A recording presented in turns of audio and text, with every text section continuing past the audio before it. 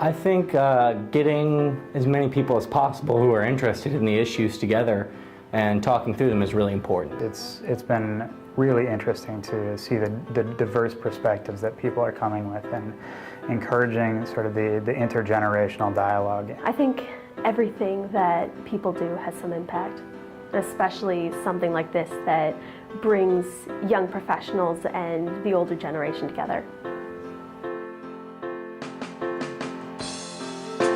All the people living for today.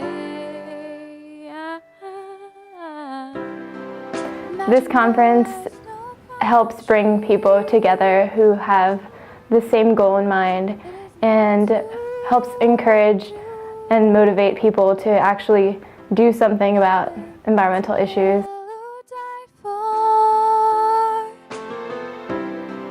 No religion to imagine all the people living life in peace. You may say I'm a dreamer, but I'm not the only one. I hope someday you'll join us, and the world will be as one.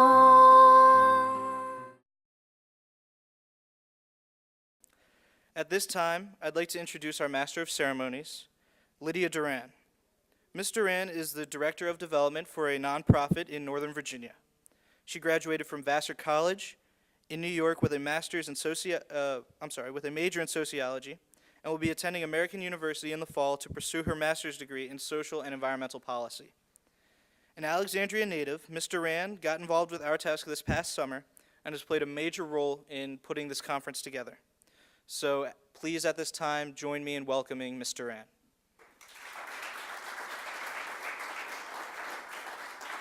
I think that if more people were able to talk, more people were able to get together and discuss and talk about what they can do, what we can do together, I think that would help the issue a whole lot. We've chosen to use a World Cafe model, which means fewer speeches, even though I am talking right now, fewer speeches, more table work. So more discussion within your tables, really kind of being able to hear what other people around you have to say, sharing of ideas. We are going to focus on 3 separate tasks. Task 1, we're going to identify kind of what's wrong with this situation today. Not necessarily wanting to take a negative approach to it, but just really identifying the major issues that are causing problems. And we're going to call this our Plan A. Task 2 is an investigation of what is the best way to redirect our actions towards creating a planet that we really want to leave for our future generations. And these are going to be called our Plan Bs. What changes do we need to think? What changes do we think are necessary in order to create the kind of planet that we really want? And task 3 is our third task. We'll be looking at the systematic changes that are, systematic change is a gradual process. And so what next steps do we need to have in order to really make the changes that we're identifying in part 2? So you're gonna have about 45 minutes to an hour for each of these tasks. And I will be sounding, we're going to use this as a gong. It's actually a meditation bowl, but you're going to hear that. That sound will be, or the gong will be rung at about 5 minutes left for each discussion. And so at that point, wrap up your thoughts, and each table will have a rapporteur. Bring those thoughts together, and then they will be coming up and talking about what your table had discussed.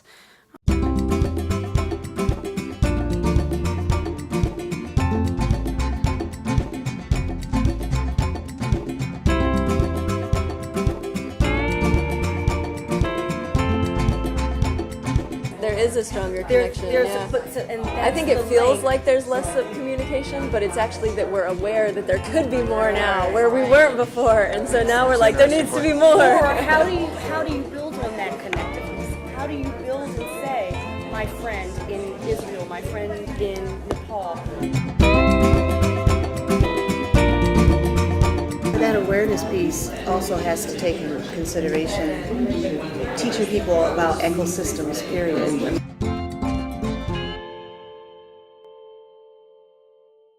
And, you know, take a couple seconds, introduce yourself, and, you know, let us know you're interested in coming today, what you do, what brought you here, that sort of thing. My name is Keble Niederer.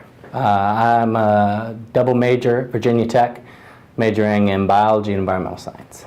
I think getting as many people as possible who are interested in the issues together and talking through them is really important, because it's very difficult and complex issues, and the more minds we can get working on it and the sooner we can get working on it, the better.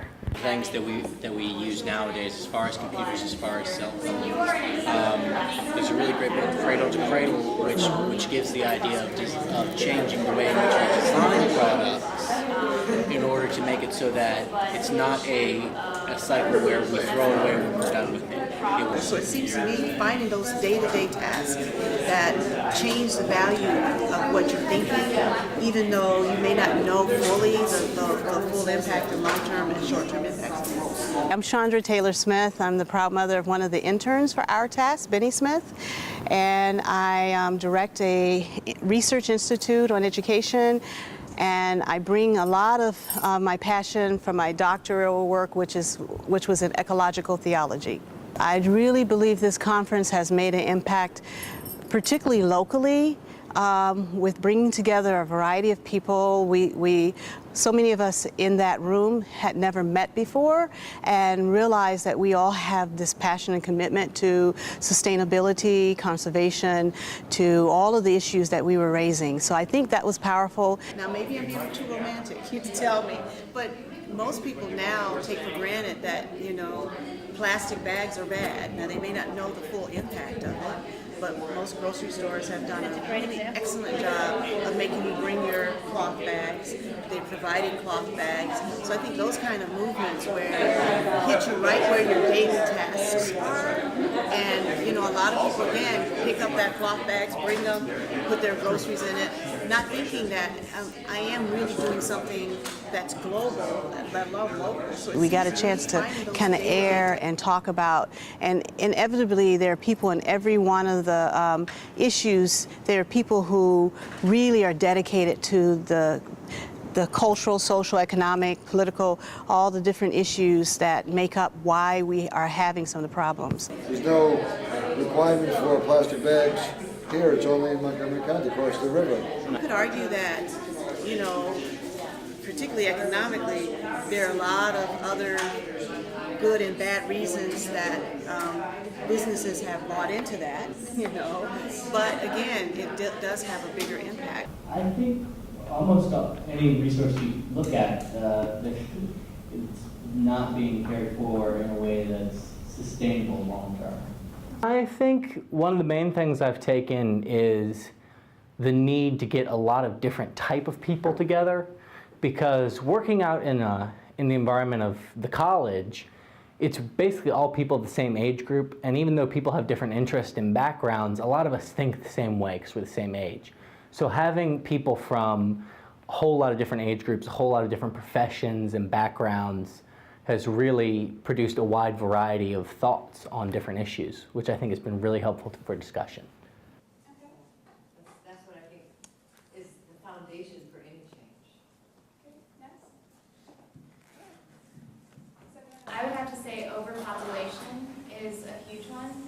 I would say there's a disconnect between maybe like too long of a time lag between what everybody's talking about, overconsumption, and the impacts, so that people aren't able to see that happening. So maybe there's like a disconnect between economics and what's actually happening. Cultural and religious institutions to grasp the moment in history that we are living in, and to recognize they themselves, to recognize that we are at a very different moment in history, and the traditions that we've carried up to this moment no longer are an answer to the questions that we're facing. When we talk about the environment, we talk about environmental issues and the problems, we have an ecosystem and everything is connected. And so most of them we're talking about reconnecting us, in my interpretation of them, back to the environment, the nature, so that we can become more responsible.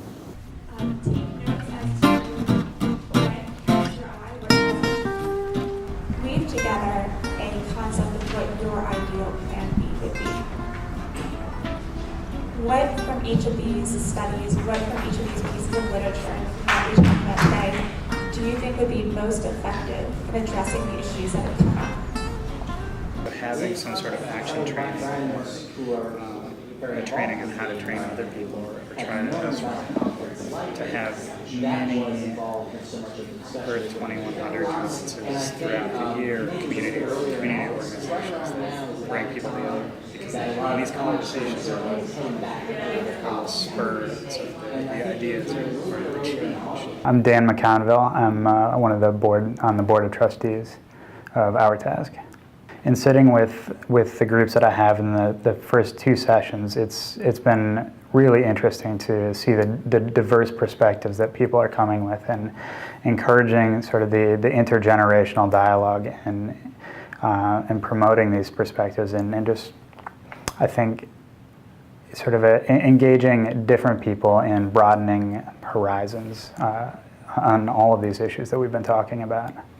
Practice what you preach, educate people, lobby on all the levels, individually, community, nationally, act. My name is Lila Sloan. I work at the National Council for Science and the Environment, which is a small nonprofit environmental group that focuses on educating people about the environment. It was very interesting reading through the different Plan Bs that are out there and hearing people's opinions about what was most important and what we can do to get done. For our Plan B, we decided to focus on incentives to motivate change. My name is Giovanna Govea. I'm a George Mason student. I'm majoring in communications and I minor in sustainability. I'm also an RTask intern. The reason I joined was because I'm very concerned about environmental issues that we face today, and I think it's very important to spread the word about them, whether it's through the use of media and social media. When it comes to industrial and commerce, we were thinking more of money as an incentive for the big picture. And when it comes to more local situations, we can instill a little bit of a fear factor to the community in order to not lose that, the ethics and making it all about money. I've definitely learned that it's much harder than you think to try to solve all of the environmental issues in one day. It's very complex. There are a lot of issues that are intertwined with each other, and you definitely know that one thing will affect the other thing, so it's kind of hard to find like a silver bullet for the solution for the problem. So you definitely have to have that in mind when you're trying to save the world. One plan B, that we would try to get back to some of the organizations who are coming up with these analysis every year, and to have them to try to do an analysis of some of the ideas that we've come up with.